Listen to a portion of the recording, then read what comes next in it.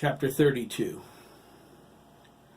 Darcy Dubois stepped out of the Learjet into Denver International Airport, carrying her briefcase, mink coat, and an overnight bag.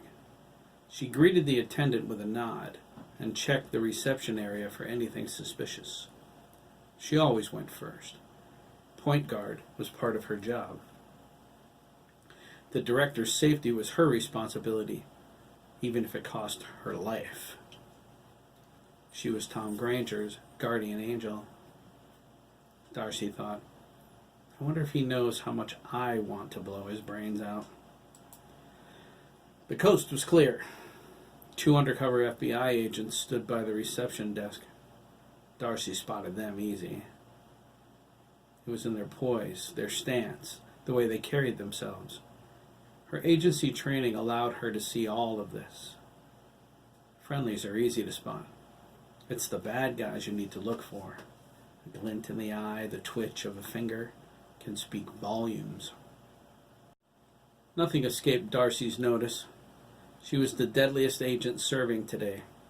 The deadliest human agent. She turned back, satisfied the room was clear, and nodded to Tom. He was inside the door. He lumbered down the gangway toward her. They said nothing, which was rule number 3. You don't talk in front of the little people. Keep the civilians out of the loop. What they don't know won't hurt them, but what they discover could kill them. Darcy led the way to an exit door. She flashed her agency ID to the security guard, and he led them through. Tom took the front, his powerful presence radiating. The guard looked at Darcy's tall, shapely figure. Her hair was drawn back tight and pinned. Her long legs went up her dress forever. The guard loved the way her knees peeked out from the slit when she moved. Darcy took off her shades, put them in their case, and deposited the case into her purse. She turned to the guard before she followed Tom down the stairs. Say something crude, Darcy said, slipping into her mink coat, and I'll punch a hole in your chest. Easy, baby, the guard replied, with a distinct urban African-American twang. He was whiter than flour. He grabbed his crotch, whispering, so sensitive. Darcy proceeded down the steps, but paused to wait for Tom. He was halfway down, having trouble with his overcoat. She wanted to get him a size larger, but he declined. She knew he was fatter than he believed, but she decided to hell with it. She would get a kick out of watching him struggle. Her expression might be outwardly rigid, but inside, Darcy was rolling on the floor laughing. She helped him dress in a motherly fashion. They went down the rest of the way, arm in arm, the way Tom wanted it. He liked having a beautiful woman at his side. For Darcy, his barest touch made her ill. They moved toward the limousine at the bottom of the steps. Tom opened the door for her.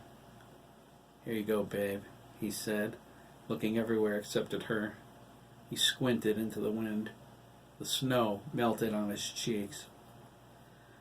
Darcy climbed in and set her things down. The divider was up between them and the driver. It would stay that way. He already knew where to take them. The Hilton Denver City Center, the presidential suite. Everything was first class for the agency. It was the window dressing that camouflaged the killers. That's what they were. The enforcers, the murderers, all in the name of God and country. Darcy leaned toward the bar and poured a Hennessy on the rocks. Tom squeezed in next to her and asked for a Stolies straight up. She gave it to him and pressed the intercom button. She asked the driver, Did you get my skis? They were in the trunk, he replied, short and sweet. Good man, she thought.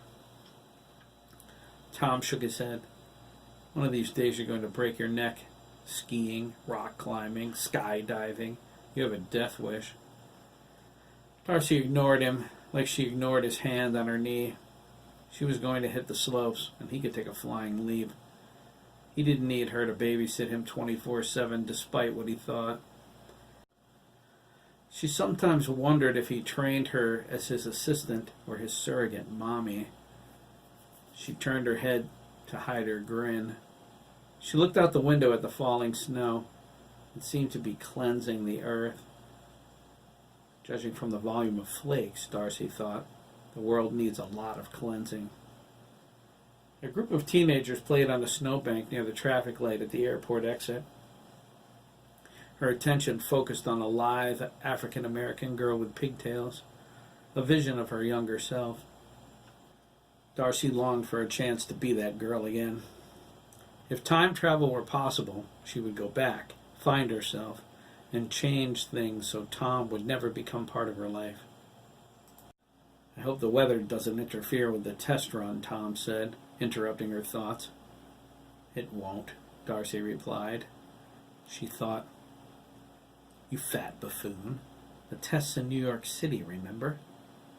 The storm in New York won't be as bad as this one. Tom grunted. Darcy decided the sounds suited him.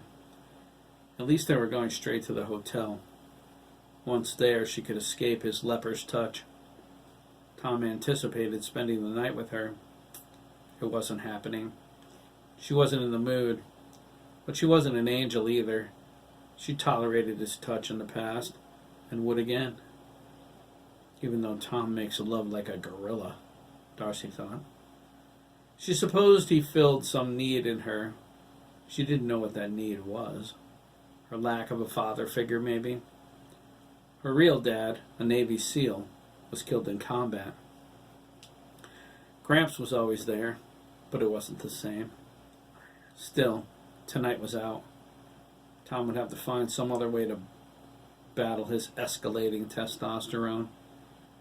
There was something in the air, an itch at the base of her skull, whispering danger. She trusted that feeling. Darcy would keep her guard up.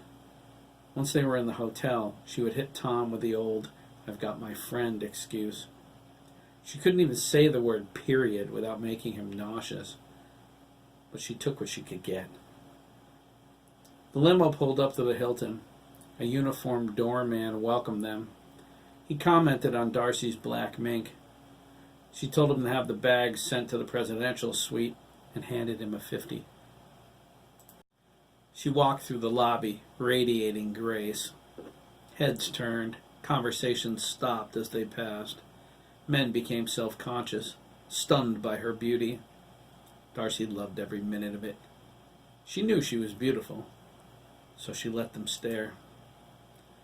If one stared too long, like the young man at the bellboy station, she stared back. His cheeks burned fiery red as he looked away. Darcy smiled. One roll in the sack would either kill him or make him the most popular guy in his college.